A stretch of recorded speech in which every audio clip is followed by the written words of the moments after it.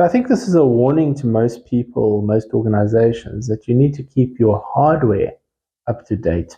You need to keep your software up to date all the time. And it's in the best interest because as we're going on year, we are finding that there's a lot more risk and there's a lot more incidents of cybersecurity.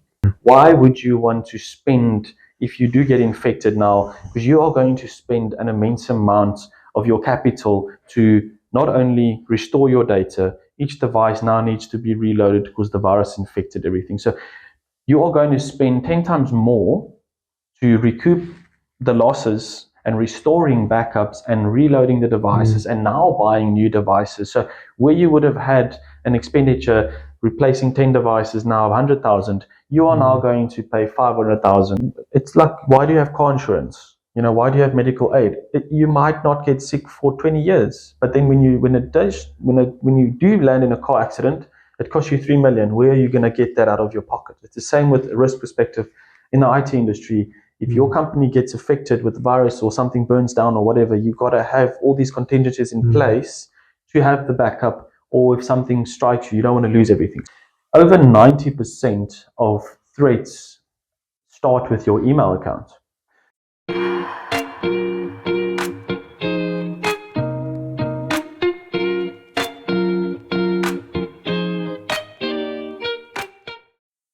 Welcome. Thank you for joining us. I'm your host, Matthew van den Honert.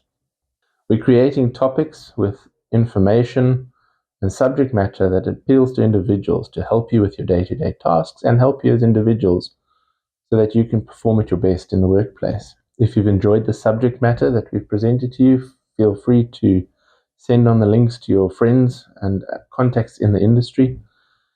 And I'd like to appeal to you to subscribe to the platform that you listen to us on, like us on the platform to help us grow the network so we can continue providing relevant topics to you as best as we can. If you do feel that you've got a topic that would like to be covered, maybe you've got someone that you want to speak to, reach out to us on our website, www.serious.co.za, and let us know what topics you would like us to cover, which may be relevant in what you need. How's it, Brandon? Thank you for joining us on our second episode of the Food Connection podcast. For our audience, today's topic is going to delve into IT security. I think one of the biggest risks in business places is IT.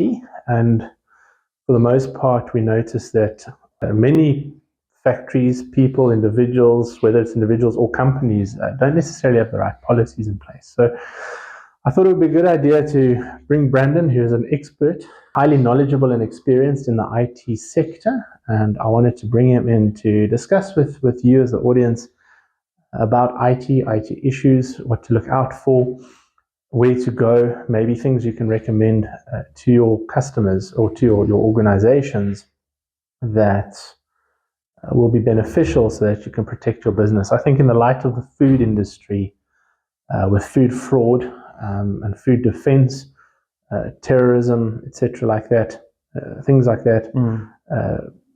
Protecting your data is essential. So whether it's protecting your systems, protecting your recipes, protecting your business, protecting your finances, obviously some things can be highly drastic, and this needs to be protected. So it's a topic which I think is pertinent for what we offer. So Brandon, I think the first thing for our audience is tell them who you are, where you're from. Give us a little bit of idea about you, and then you can morph into your business. Fantastic. Yeah, how's it, guys? Yeah, I'm Brandon from Visionary IT Solutions. So I started the business about 3 years ago, but I've got 11 years of... So tell me a bit about your experience. What was your experience? You finished school, and you decided to go into IT. Yeah, so actually, funny enough, I wanted to do electrical engineering first, and then I decided to do 1 year of IT. So after that 1 year, I just felt like this is my industry, and I really fell in love with it. And then I obviously started the full studies and started working already in the second year when we had to do a practical. So that's where it all started. And what do the studies... what is study? I have no idea about IT. Yeah. So there's the IT field is the amount of studies and the different categories is absolutely insane. So you gotta choose your focus and what you like, So basically, what I studied was a specialty networking, CCNA and CCMP. That was in the second year, and the first year was mainly about the entire management of your entire infrastructure, your server management, your security of your servers and all your devices, obviously all your hardware and software. So that included the whole managing of an entire company. So that's where we are today, is a solution service providing company. So we look after your entire environment from a risk point of view, data point of view, so and a productivity point of view. When you study IT, I mean, obviously everyone thinks Microsoft versus Apple. Was this a Microsoft-based thing, or was this really a broad brushstrokes, holistic view on IT in general?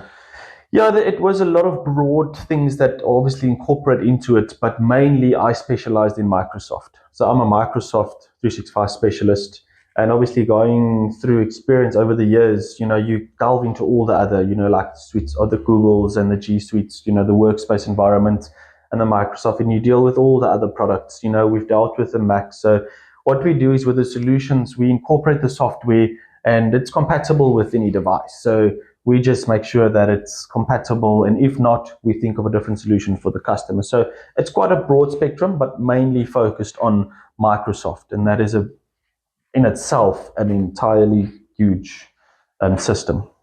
So tell us a little bit about Visionary IT. You started the company, you've been exposed to the training side, and I suppose you had experience for a few years before you started your own company.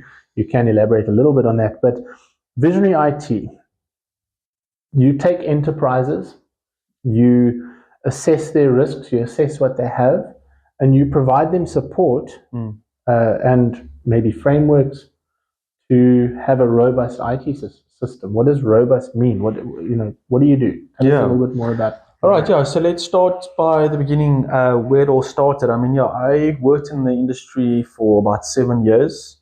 And from there, I built obviously myself up to being a senior engineer of the company, being a team leader, managing the whole company, managing the technicians. And that's obviously where, when I got to this level, I felt like something is kind of missing. And that's when I decided to, start my own business. Because I feel like I've always been a natural leader, a natural businessman. I did lots of like short business things on the side in high school. And everybody's asking, what are you doing? Why are you trying to make money on the side? I just always loved working with people and doing some sort of a business or a product on the side. So that's where it all started. And then about 3 years ago, I started my own business. And that's when, you kind of think completely different from an employee perspective is what are you now going to do in your business? What is your value proposition to your clients? And then, I completely fell in love by resolving problems for other companies, looking at their costing, looking at their security. And at the end of the day, what we want to achieve is how we can increase the value of your industry to make more money in your company. And that's what we want to do by implementing our systems and implementing. So what is your value proposition to a customer? Yeah, so when we walk into you and we need to obviously deliver our service, first of all, you're going to come to us and say, listen, I've got a growing company, even if you're still a smaller company, but obviously your goal is to keep growing. So we analyze what you currently have, and we analyze what you've had in place, what you don't have in place, from a costing perspective, what do you need, what you don't have. So then we go through everything, we do audit, and then we kind of implement the right solution for your industry. And then we walk the whole journey where eventually your company gets too big for the system you have, and then we kind of upgrade you. A lot of smaller companies start basic, from a costing point of view. But at the end of the day, with our experience now, we actually tell them, listen, you are going to need this system in the next 6 months. You might as well start with it now. And from a costing point of view, it's actually not that expensive just to start with. So if we look at these systems that you're talking about, are we talking hardware? Are we talking software? Are we talking... obviously, don't give all the details. I'm sure we can speak all day. But what sort of systems are you providing for them? Because I think when most people sit down at a computer, they think there's a shared drive, there's internet, and there's my computer, and a couple of emails that come in and out. And you phone the IT guy because your computer doesn't switch on, and probably because it's not plugged in, you know. Yeah. So there's always those jokes that everyone has, but obviously there's more to it than that. So what? Yeah, as a system, what do you look at? Maybe we must segue into our next point where we look at IT security. I mean, you go to a company, you sit down with this company, and the first thing you do is an assessment. Yeah. What do you see? What have you seen? I mean, I'm sure there's horror stories. I've seen a lot in this industry. Some things that are extremely scary to even mention, but we're going to go into that now, just to, from a risk point of view. So exactly that. We go and sit with the customer, and when we either take over because the company feels like they've either been lacking from the current system, or we collaborate with a company that deals with a certain solution provider in the company, and we kind of see where we can add value. So we go in and we have a look at the entire system. So then we ask, yes, we look at the current devices. Are they too old? Do they need to be replaced? So basically, we give a whole breakdown, and we'll say this computer is 4 years old. It needs to be replaced in 4 years. This computer is 6 years old. It needs to be replaced in 2 years. So from a hardware perspective, we can give you a whole layout, and you can basically have a forecast for the next 5 to 10 years of your expenditure, which is actually very valuable to have. And then we look at your current software. We look if you do need a server, depending on your industry, if you need a cloud server, and then we look at what is your client base. It's not just about offering a basic service. Each and every single client in industry has their own focus and software sets that they would need, and their own security. If we look at e-commerce customers, they deal with building and selling products online. There's an immense amount of security risks involved with interlinking customers and building the website and going on to Shopify. So with that, those type of companies need to be heavily compliant in multiple different fields, and not just, if I look at a smaller company, they might just need their security, their basic security and their basic backup. So that's where we come in and we have a look. So what I've seen in the industry is absolutely scary. I've seen a whole company, we just took over the whole industry. So this is a big food industry company, and they provide chicken and patties, meat. So we just took over, and the negligence from a previous company, there was actually a virus lying dormant on their system. And by us moving everything over to a new server, it actually activated the dormant virus that wasn't completely removed. And it literally wiped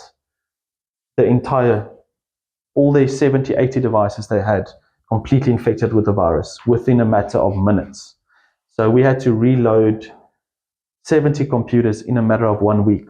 So okay, wait, that's massive. So yeah. So this virus, and obviously, I suppose every virus is different. It's like getting sick. You don't know what you have, and the flu every year is different every year. So this was a unique virus. When you said it wiped out, did the company lose all their data? They would have. So luckily, what we do is a very clever way of doing a backup of a system, which obviously it's going to be too technical to explain, but we luckily had this backup before we did the migration to the new server. So yes, in essence, had we not do this backup, then they would have lost everything. It literally wiped, it's a ransomware virus. It literally encrypted every single file on every single device on the entire server. It would have been gone completely. So we had this backup and we restored it. We then completely wiped the server, put the clean data after we've now gone through it as well, made sure it was a couple of days of going through this data to make sure that it's cleaned up, and then we obviously restored it. And this server was the entire company's data. So we're looking at the financial records for the last 10 years. We're looking at the sales records and your customer database since the startup of the company. It was everything. Everything, because they did not have the right backup solution in place. They had hard drives in place, but the backups were actually not running correctly. They had a cloud backup, but there wasn't backups. They could have restored data, but 6 months ago. So they would have lost 6 months of data. And we're talking about a multi-million-dollar industry. If they're down for a few hours, they lose millions, Oh. So 6 months worth of financials and all the data would have collapsed their business. Yeah, literally. I think one of the things going through my mind is the cost. And we have this in the food safety realm as well. No one wants to spend money on unnecessary items, and everything costs money. But when things go wrong, you wish you would have spent a little bit of money to save yourself the pain and suffering of losing everything and then having to spend a lot of money to fix it at a later stage. So that, wow, that's a profound example. I didn't realize that. We hadn't spoken about that before. So, sure. No, that is true. So if I can just quickly plug in there. So that's exactly, it's like, why do you have car insurance? Why do you have medical aid? You might not get sick for 20 years, but then when you do land in a car accident, it costs you 3 million. Where are you going to get that out of your pocket? It's the same with a risk perspective in the IT industry. If your company gets affected with the virus or something burns down or whatever, you've got to have all these contingencies in place to have the backup, or if something strikes you, you don't want to lose everything. So I ask, what is the cost to your business? So there are so many different solutions, I said, for each industry. It's such a minimal cost to have a security in place for your business, to have a backup. I mean, we did the example the other day of your industry with all your staff. I mean, it actually doesn't come down to a lot. And if you think of what you would lose if something had to happen right now, the risk, you will have such a major problem without that. So it's actually a very minor cost if you think about it in the grand scheme of things. Have you seen any other horror stories? And I'm thinking, like, you go on site. So obviously that as a ransomware, we've heard ransomware is a major problem. But have you gone on other sites and maybe looked at a computer and said, wow, you're running Microsoft 1998 or Windows XP, and you look at this and you say, guys, there's just no way. I think an example that I see quite often is I'll log onto someone's computer. We're only dealing with their food safety management system. So typically speaking, their accounting packages maybe are cloud-based or sitting on another server. But recipes, just sitting on a random computer on their C drive. And my biggest risk is, guys, if that computer crashes, you're going to be very lucky to recover that data. And then you've got nothing, and you have to comply with an audit in 3 months' time. Yeah.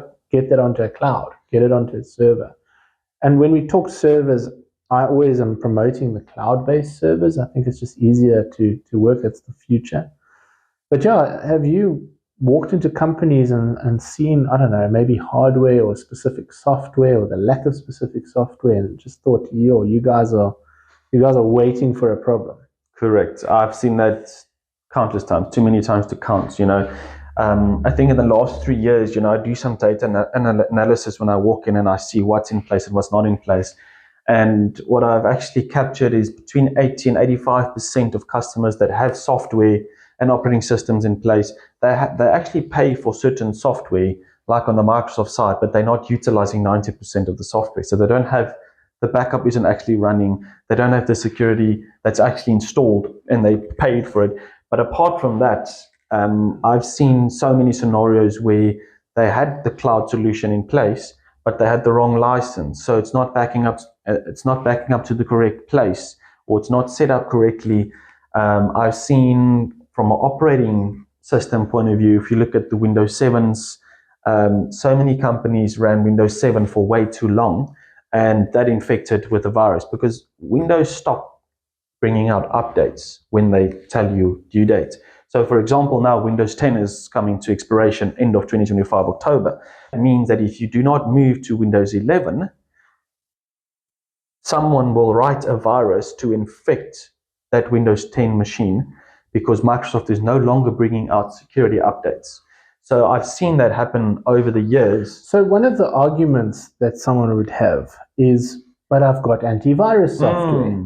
So why does it matter that I need to upgrade from Windows 10 to Windows 11 if I have antivirus software? I hope you guys have antivirus software. That's the starting point.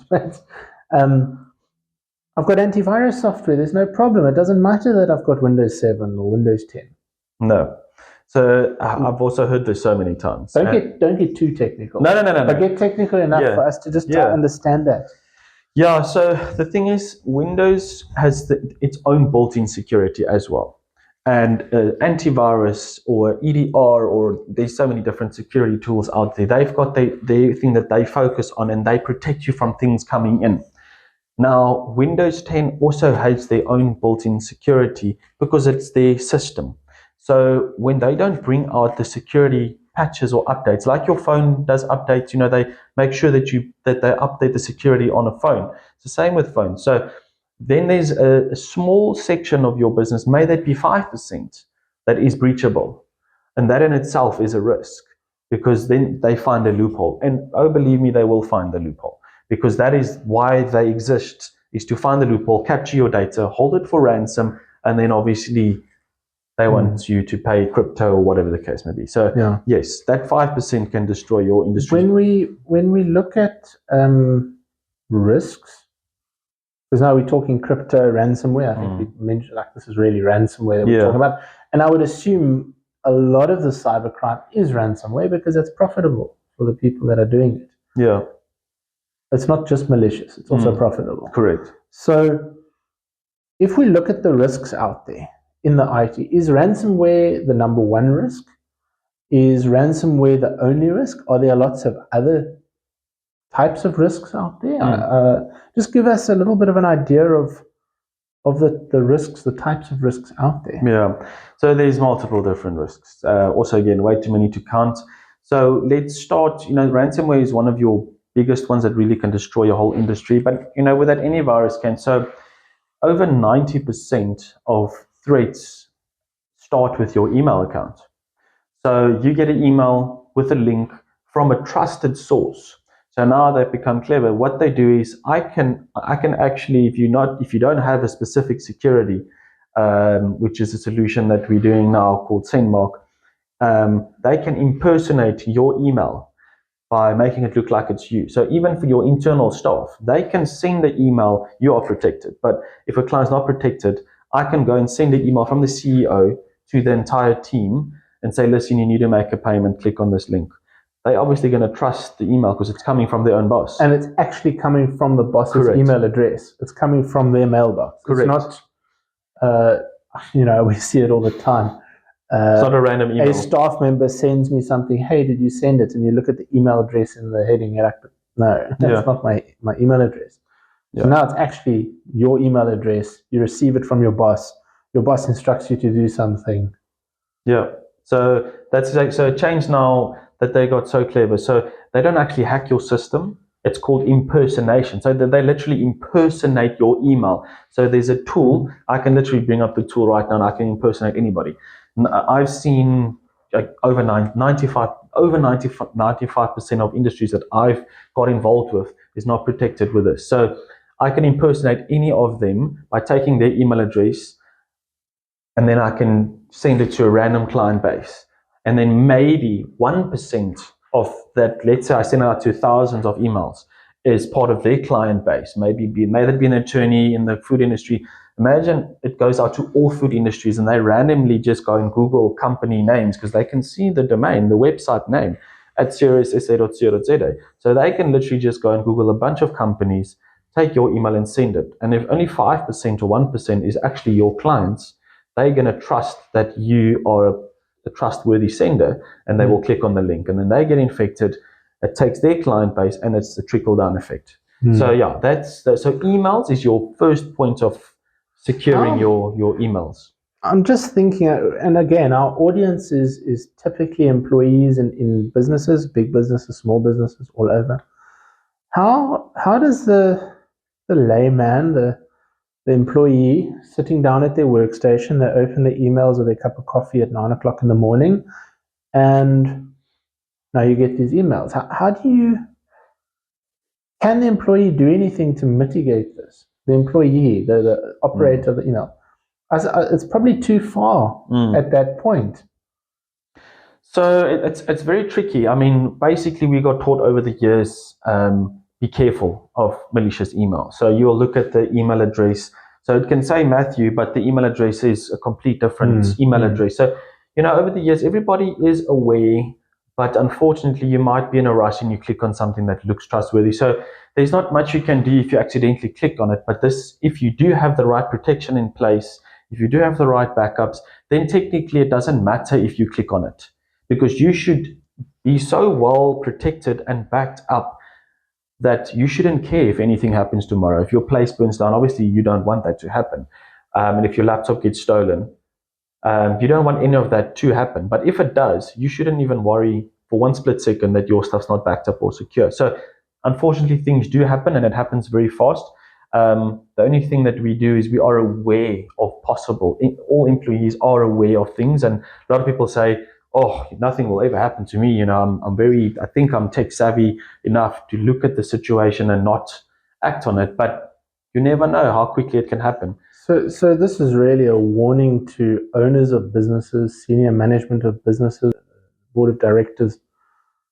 The leadership has to actually ask the question, are we okay? Do we have the right stuff? And it might be of best practice to contact someone like yourself to come and give an assessment of our IT system. Might be a good idea. Almost like we do in the food industry, we do internal audits. Internal audits are there to verify on an annual basis, minimum an annual basis, sometimes a bit more. It's there to verify that we're doing what we say we're doing. And really, we need to have some sort of internal audit by someone experienced. So you're probably going to bring in an IT guy, not leave it to one of your employees to come and do a bit of an internal audit every year to say, are we still compliant? And that's probably going to become the necessary sort of future of IT in the industry. 100%. So exactly the same as the food industry. You got to make sure that they're compliant, things are clean. Are they going to be able to get their product on the shelf without risks involved? The worst thing that can happen in your industry is that they have to close their company because something happened. So it's the same with in the IT in your entire company.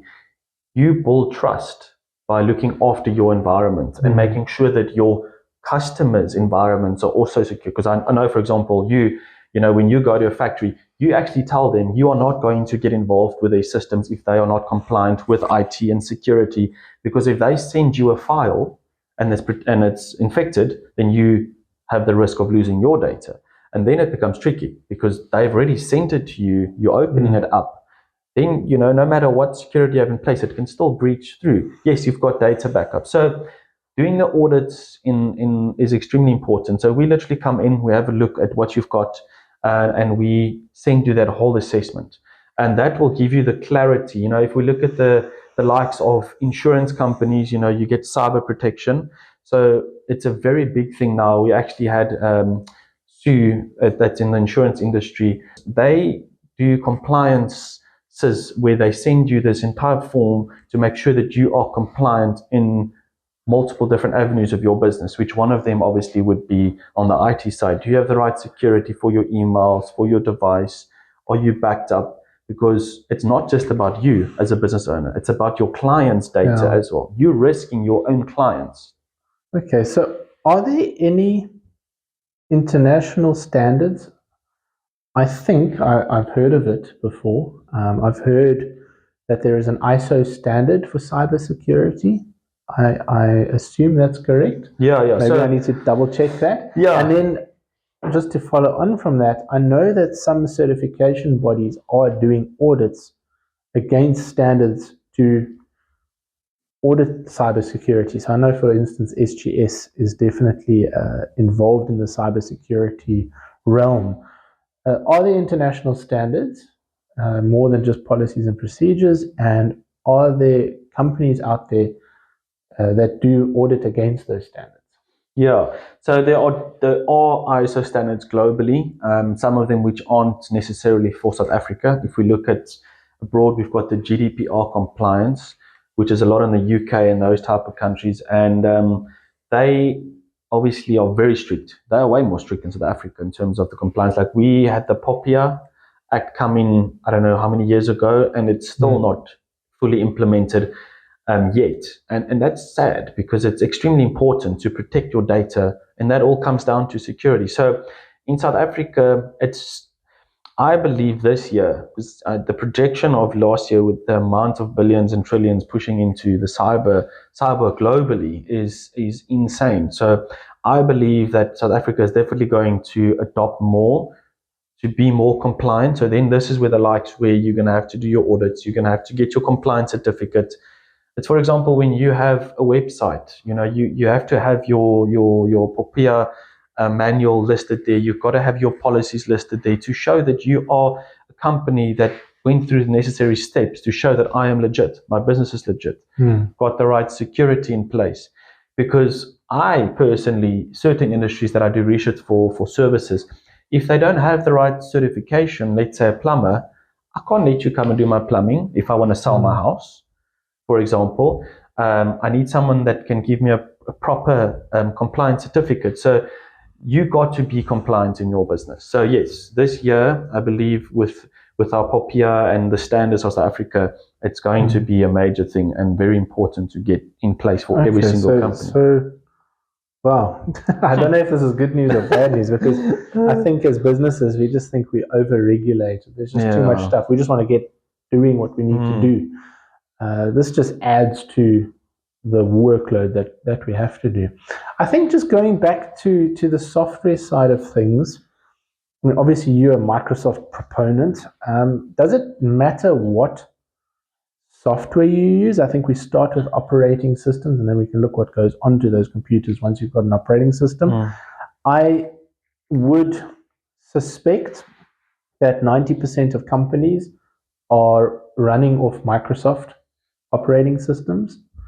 And, I suppose in the food industry, Apple is maybe not the main thing. I think Apple is really your creative, your designers, so the Apple operating systems is just in a different industry. So the audience that we have here is primarily going to be Microsoft based. And then when you go Microsoft, you can choose going fully Microsoft 365 and having this massive load of software that's all Microsoft supported, which probably integrates quite well. Or you're going to end up going to Google G Suite, or you might have your own internal programs built. I know lots of people, they then take on ERP systems, which is independent of anything. Obviously, finance modules are always independent of everything. Does it matter which operating system we use? Is there one that's better than the other? Why would we choose Microsoft over anything else? Maybe it seems very one-sided, but we want to look at it from a security risk. And then when we've got Microsoft as an operating system, does it matter whether we use Microsoft or Google or G Suite or whatever else there is out there?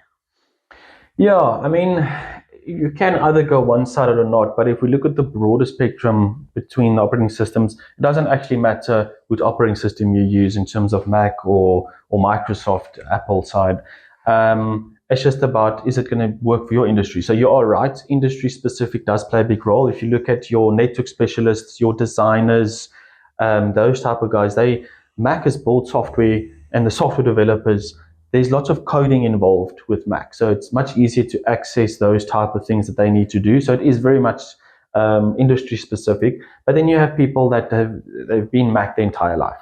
So I'm not going to go and say you have to convert to Microsoft. So I support many industries where they've got, let's say they've got 70 devices and 10 of them are Mac. I'm not going to tell them to convert to Windows because it's better for the industry. At the end of the day, it doesn't really matter. If you like Mac, you do like Mac. But yes, overall with compatibility and the flow of your business, depending on what you have. So if we look at your general Microsoft, for example, everything works together. All the software, the cloud, the security, there's so many components that are involved. And then the ERP systems, the CRM systems, what Microsoft done is they incorporate many other different vendors and software, and they call it APIs, which means you can literally just link two different softwares together and they can communicate to each other, with the likes of the AI and everything coming in as well. So they keep expanding on that. So even if you have other software, like if you look at your attorneys, they've got this attorney software. A lot of that stuff can now incorporate into the Microsoft product. So it's so clever now where we build a solution around your industry. So if you've got Google, that's also fine. Your emails are on there, you've got your Google Drive. We support you on that, and you can run it on a Windows machine, even though if you look at the two companies, they are competitors in the grander scheme of things.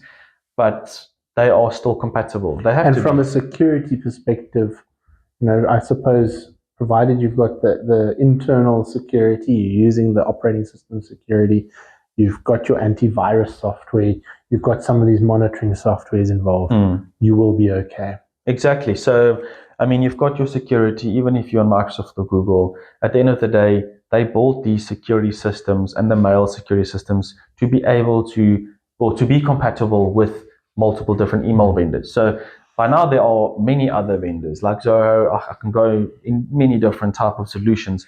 But again, it depends on what you need, what you want, what is the solution, and we actually build that solution. So if you come to us and say, I want Zoho, which is completely different than Google or Microsoft, I'm going to ask why. What's the reasoning? What has other people told you can this add value to your business? And then I'll break it down. These are the 10 benefits. These are the 10 cons of Zoho. These are the benefits of Microsoft and the cons of Microsoft. Google. So then we do the presentation and then we decide, okay, Zoho is not going to work. Google's not going to work. Microsoft's going to work. Or Microsoft's not going to work. It has to be Google. So in the e-commerce space where they deal a lot with Google marketing, they would generally go Google. So it all depends on the industry, and we help them set up the solution, and we then make everything else compatible with their system.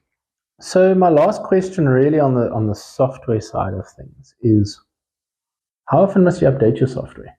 And do people update their software, and don't people update their software? I think mine's automatic, and it just runs in the background. And sometimes it says, "Can I update now?" And I say, "No, I'm busy." Yeah, and I don't know if it ever updates or not.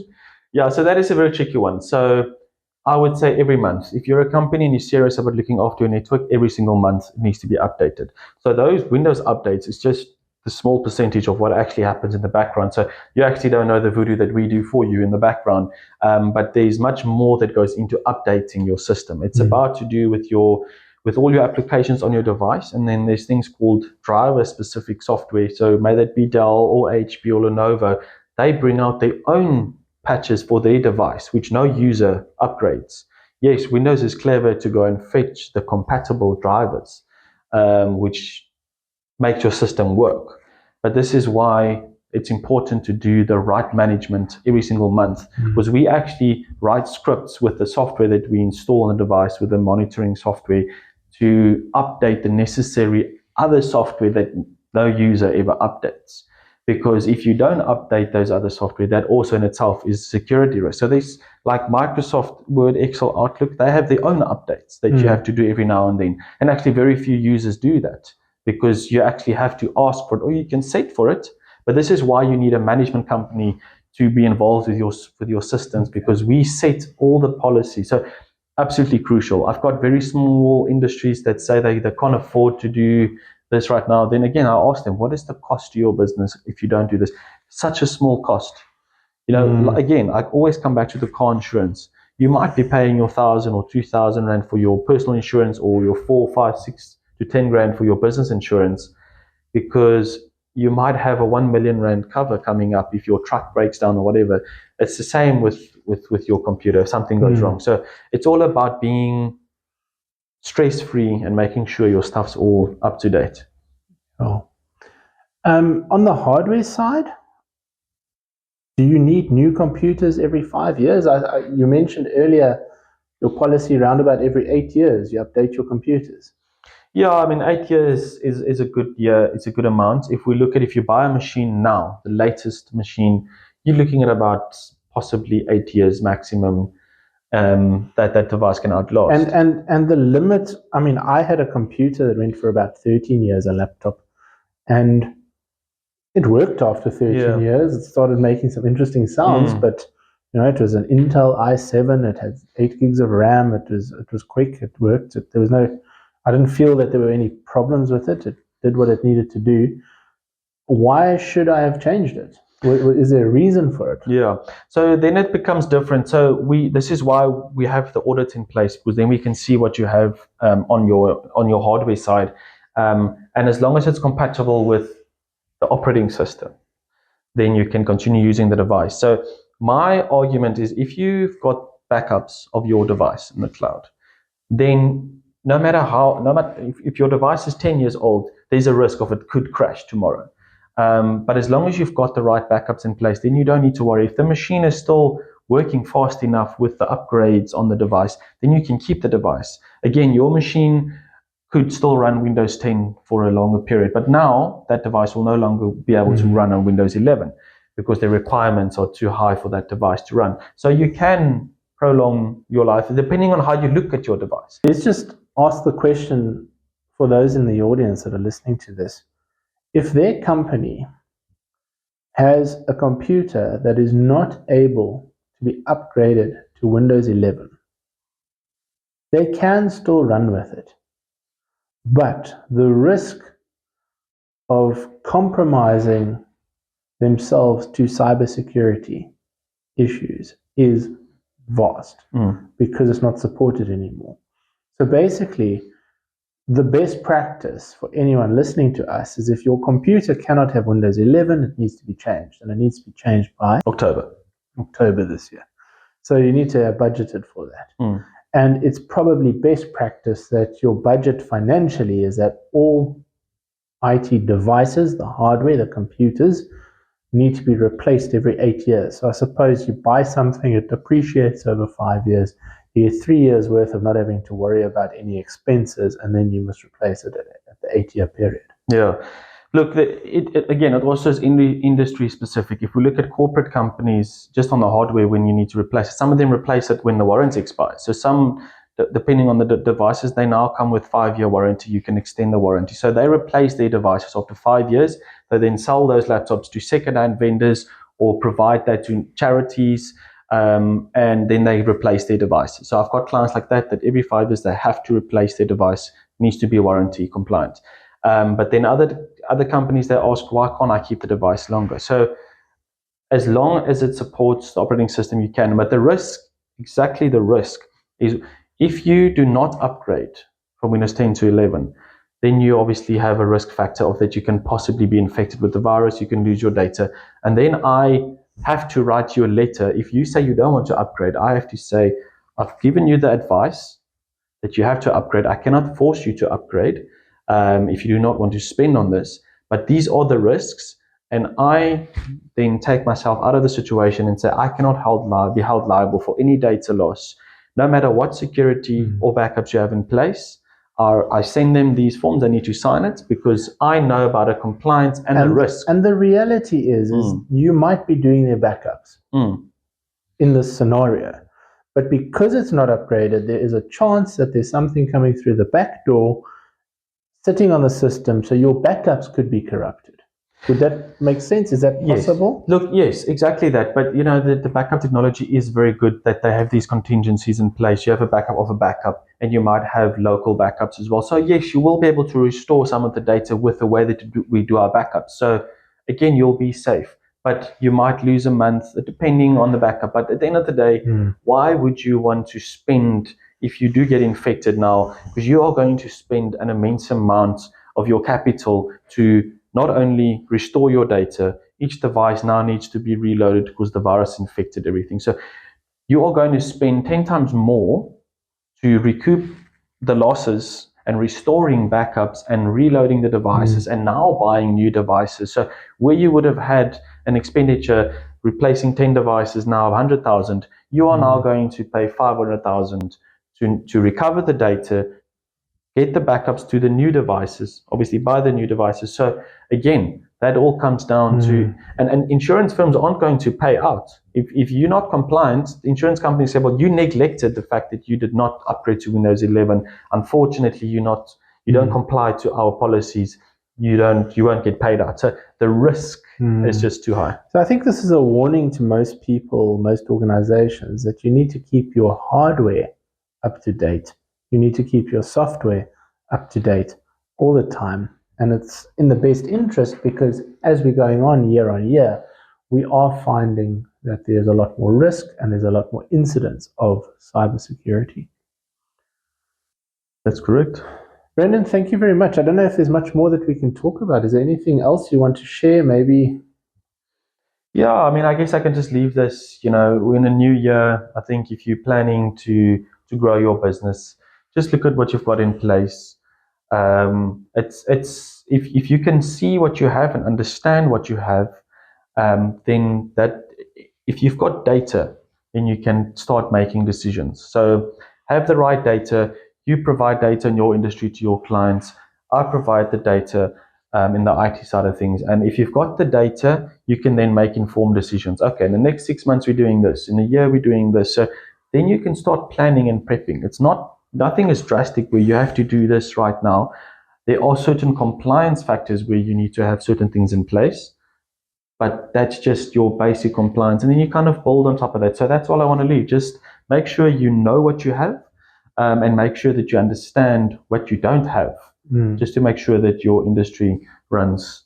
Because if your employees can't perform, the devices are slow, they don't have the right backup, the risk is that you are wasting your time in your business to either losing data, or the productivity is slower, your collaboration with your team is slower. So setting all these different things in your company to collaborate, and be secure and be compliant and be productive, then your turnaround time to do your own work towards your clients is so much faster. So make sure you've got the basics in place. I have, and I think maybe leave it as closing remarks, but I have found it highly beneficial to have committed to something. I committed to Microsoft 365 for a very specific reason. I was doing a lot of sharing with data to different clients of mine. We have folders that they have access to. And we used to use Google Drive, we used to use Dropbox. And both in Google Drive and Dropbox, you couldn't have multiple people working on the same worksheet at the same time. And when people would open the document at the same time, or what I found is clients would open the document and not close the document. So now when I open it, it's opening another version of the document. And then when we would save, we would end up having an issue where we've got duplicated copies. And duplications in a management system is terrible because you don't know which is new and which is old. So that was the reason I chose it. But I found the value that I had with SharePoints, with being able to share certain groups of folders with specific people, with Teams. We're using Teams to record this today. So Teams has been a fantastic tool that we can use with multiple people, and it's just completely integrated. I had one of my customers was dealing with one of our retailers, and I was sort of the representative, the technical representative for the company, and the retailer just added me as a user, and through Teams, click, click, click, log into that profile, and I was able to share with that technologist. So for us, it has been fantastic, and I haven't seen it being used that way in G Suite or Dropbox. So it's been very valuable. But at the end of the day, I think it's about having the solution that works for you. Yeah. And I think for the smaller manufacturers, they're the ones that really need the assistance. And I think this is probably why I'm putting this out here is for them to get a little bit more aware, and for us to assist them in just starting the process of getting it right. So that's why we're doing it. Brandon, if someone is listening to this and they would maybe like an audit or they would like to engage with you, what's the best way to get hold of you?